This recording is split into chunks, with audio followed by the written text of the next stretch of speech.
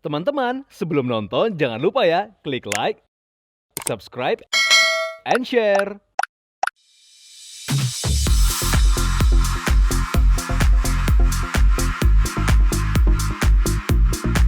Manusia dan hobi tentu menjadi hal yang tak terpisahkan. Dalam program PPLN Hobbies kali ini kami akan mengulas selebritis, selebgram, public figure, komunitas, ataupun individu yang memiliki hobi unik, lucu, dan tentu saja menginspirasi. Siapa saja mereka dan apa saja kegiatan yang dilakukannya? Temukan jawabannya hanya di People and Hobbies spesial Hari Kartini.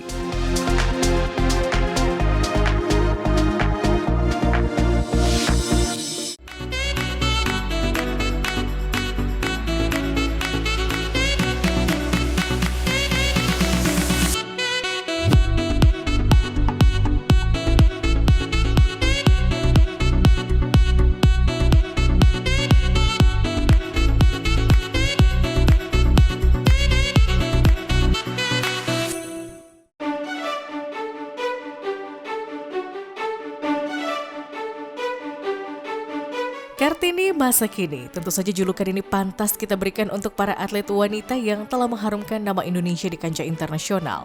Salah satunya atlet panah berkuda Arum Nazlus. Nah, kali ini kita akan mengenal akan sosok Arum Nazlus ini. Kira-kira seperti apa kegiatannya di Hari Kartini ini? Yuk, langsung saja kita ikuti kegiatannya.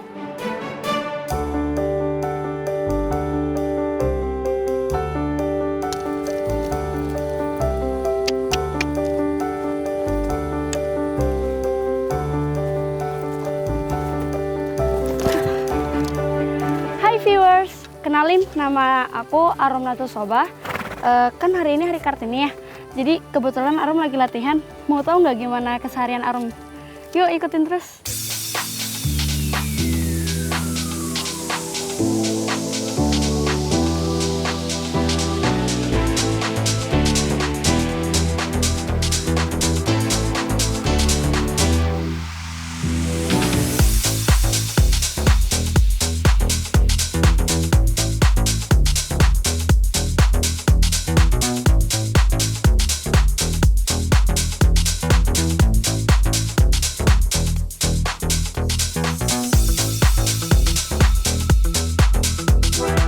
Tertarik sama hobi ini tuh karena emang pada dasarnya Arum kan emang suka sama tantangan, dan dari kecil emang Abi tuh emang udah ngenalin gitu kayak panahan, walaupun memang panahannya kayak dibuat dari lidi tau kan.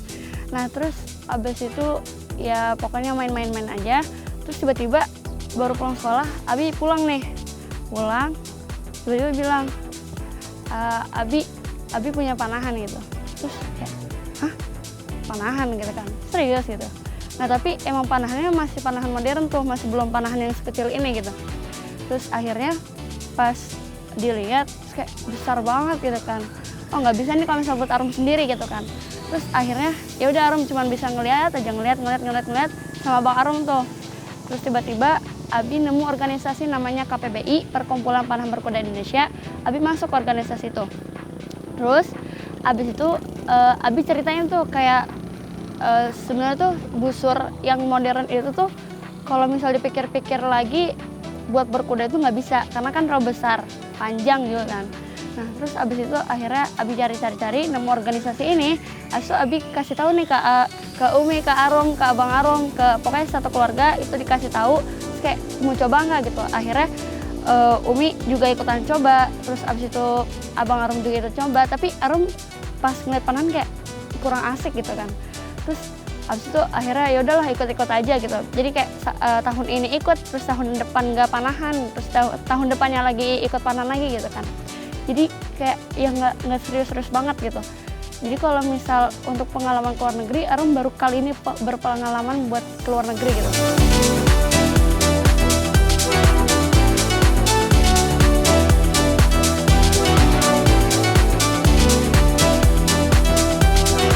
Alhamdulillah pas pertama kali pertandingan di Ankara itu Arum alhamdulillah juara 2, Abang Arum juara 1. Terus pas bulan Agustus 2021 Arum ditawarin lagi gitu kan. Ada undangan lagi nih gitu kan. Mau ikut gak? Tapi di kelas dewasa gitu. Terus kayak Arum, di dewasa gitu kan. apalagi kan orang-orang luar sana lebih berpengalaman daripada Arum yang baru 2 tahun gitu kan. Terus akhirnya yaudah deh coba aja gitu kan, tantangan baru lagi.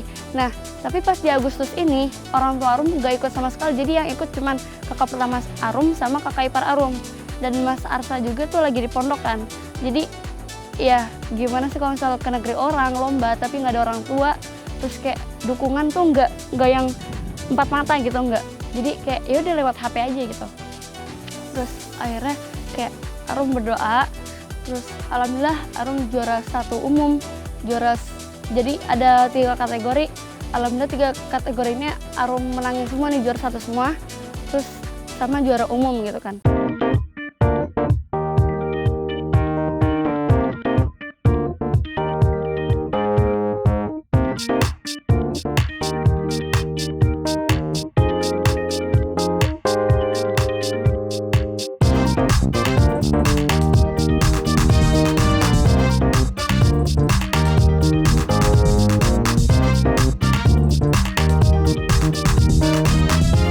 Nah viewers, sebelum Arum kasih tahu kegiatan Arum sehari-hari, sebelumnya Arum mau ngenalin nih perlengkapan apa aja sih yang buat untuk panah berkuda.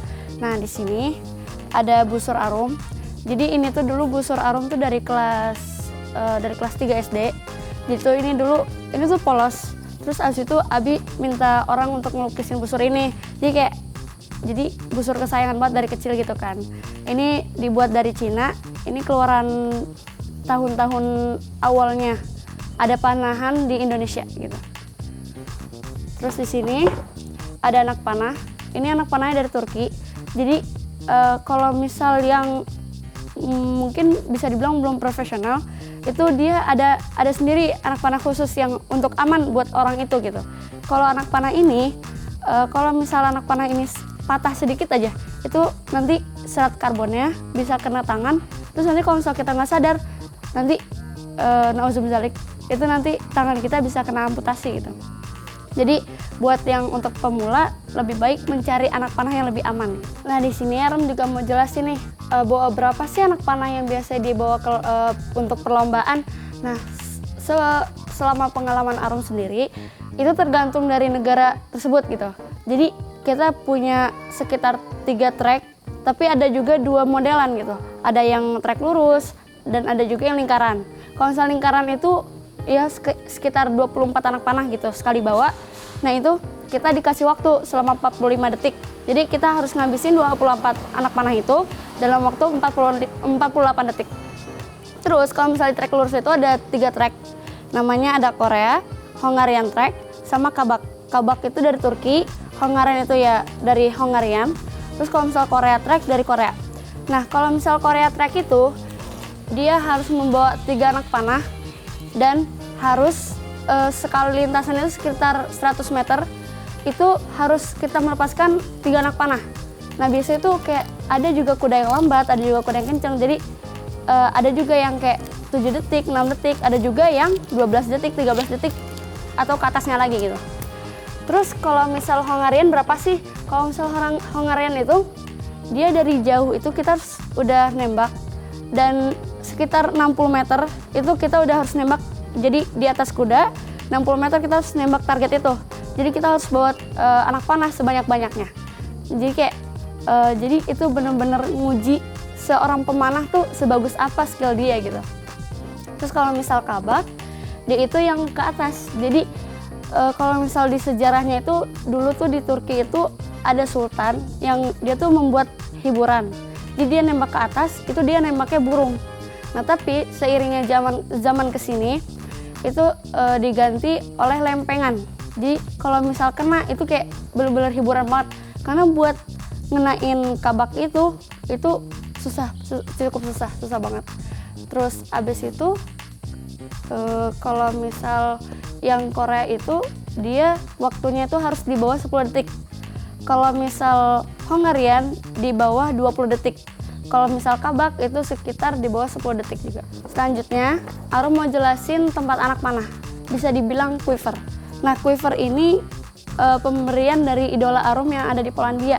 Jadi itu Arum punya idola di Polandia namanya Anna Sokolska. Beliau ini ya buat apa sih, bagi Arum, di mata Arum tuh kayak hebat gitu. Perempuan, terus menjadi juara dunia di Korea, ngalahin semua laki-laki, dan beliau itu juara 1, jadi kayak nggak main-main gitu. Jadi Arum mengidolakan beliau. Terus kemarin Arum ke Polandia belajar, terus kalian lomba. Nah, Arum kaget tiba-tiba, this for you, ini buat kamu, hadiah gitu kan. Terus kayak ya udah, Arum seneng. Jadi ini termasuk quiver kesayangan Arum gitu. Nah, quiver kesayangan Arum yang kedua ini ada buatan dari Toskoparan. Nah, ini tuh modelannya apa sih? Kok kayak gini gitu? Jadi ini tuh berdasarkan budaya Jawa yang memang kenapa Arum atau Abi yang minta desainnya tuh kayak gini gitu.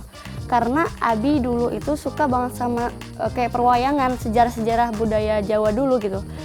Jadi Abi minta modelannya seperti ini. Jadi itu terinspirasi dari seorang pemanah berkuda wanita yang bisa dibilang Sri Kandi. Kalau misal tahu, ya tahu lah ya sejarahnya. Sri Kandi ini kayak seorang perempuan yang bisa memanah berkuda dan sangat-sangat hebat, pintar, dan berani gitu kan. Jadi kayak Arum merasa terinspirasi juga, dan akhirnya Arum coba dan alhamdulillah bisa gitu. Jadi kayak ngerasanya alhamdulillah seneng banget bisa mengenal olahraga panahan berkuda ini gitu. Karena dari awalnya itu Abi itu kan emang suka budaya. Jadi dari kecil sampai sekarang Arum tuh sama abang Arum sendiri suka banget diceritain kayak tentang budaya gitu. Sebelum tidur suka didongengin kayak ini dulu si Arjuna tuh gini, Sri Kandi gini. Oh mau nggak Sri Kandi gini. Saat itu kayak Arum merasa tertarik. Arum juga terinspirasi dari kedua abang Arum sendiri gitu. Jadi kayak yaudah nih harus dicoba gitu kan. Apalagi Arum emang dari kecil suka banget sama tantangan. Jadi akhirnya Arum coba tantangan ini. Alhamdulillah bisa menyelesaikan sedikit-sedikit kayak masalah-masalah di atas kuda atau di panahan gitu. Walaupun memang belum semuanya, belum 100%, tapi Arum udah bersyukur banget karena Arum bisa kayak gini, bisa semuanya ini karena usaha Arum sendiri, dari doa orang tua, dari doa semua orang. Jadi Arum bersyukur banget gitu. Nah viewers, segini aja untuk penjelasan apa aja sih yang diperlukan untuk panah berkuda. Kan udah Arum jelasin tadi, jadi mungkin udah cukup. Dan viewers mau tahu nggak sih Arum tuh apa aja sih kegiatannya? Jadi abis ini Arum mau ada latihan, yuk ikutin Arum terus.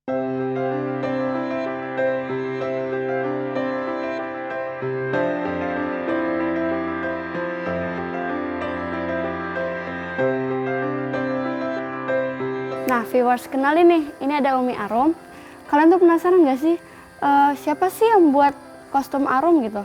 Kayak kenapa sih harus budaya mulu gitu? Nah jadi Umi Arum yang ngedesain, terus kain-kainnya Umi Arum juga nih yang beli. Nah tapi kalau misalnya jahit ada lah ya. Nah di sini Umi Arum mau makein Arum ikat kepala ini dari Aceh.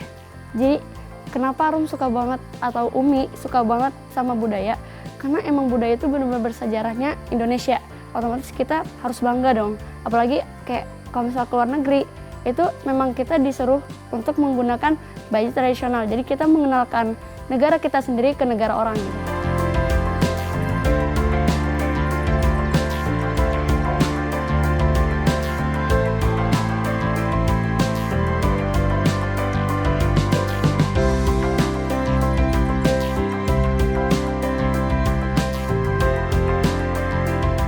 Ini kostum pertama Arum, pas Arum kayak panahan berkuda. Jadi ini benar-benar kostum pertama.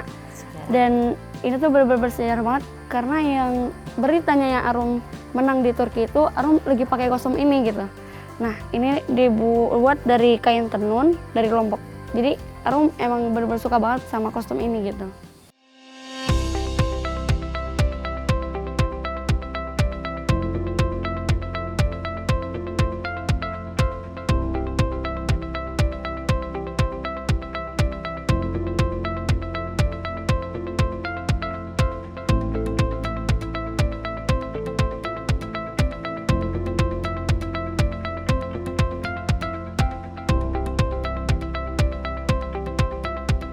Manfaatnya kayak Arum lebih fokus, lebih disiplin.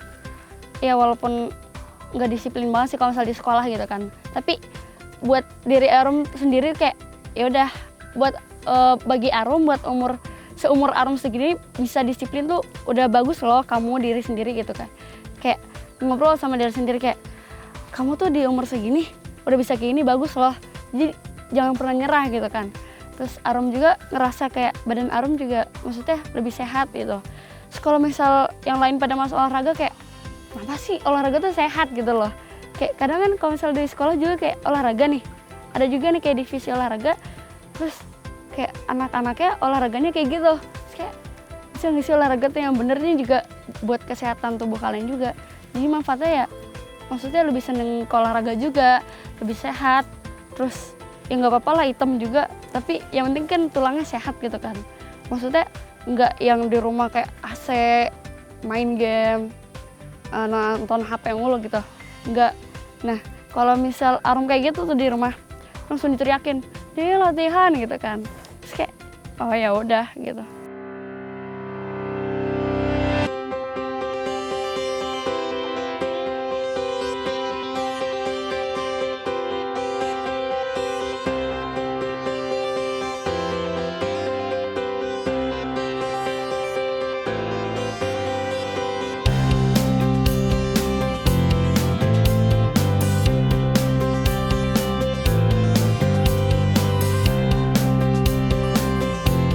Kartini ini kan menjadi salah satu sosok inspirasi bagi semua orang termasuk apalagi terutama wanita, seorang ibu gitu-gitu. Terus kayak ibu, guru, atau wanita-wanita yang hebat, itu kan memang mensosokkan bahwa Kartini kayak idola seorang wanita gitu. Inspirasi gitulah ya. Nah Arum tuh pengen gitu jadi Arum pengen kayak menginspirasi semua orang, apalagi khususnya anak-anak yang seumuran Arum untuk ayo gerak. Maksudnya jangan di rumah terus. Kayak kan ada nih kalau misal bercandanya kayak alah beban orang tua gitu kan. Nah kalau misal memang ngerasa kayak gitu, yaudah ayo gerak gitu kan. Gerak, maksudnya bantu orang tua yang di rumah yang memang mungkin orang tuanya tuh lagi kesusahan gitu. Jadi yaudah bantu gimana apapun itu caranya terserah kalian, tapi please jangan terus-terusan kayak main HP yang di rumah terus abis itu main-main gak jelas gitu kan. Mendingan daripada kayak gitu mending kalian tuh ngelakuin hal yang positif gitu. Itu aja sih dari Arum.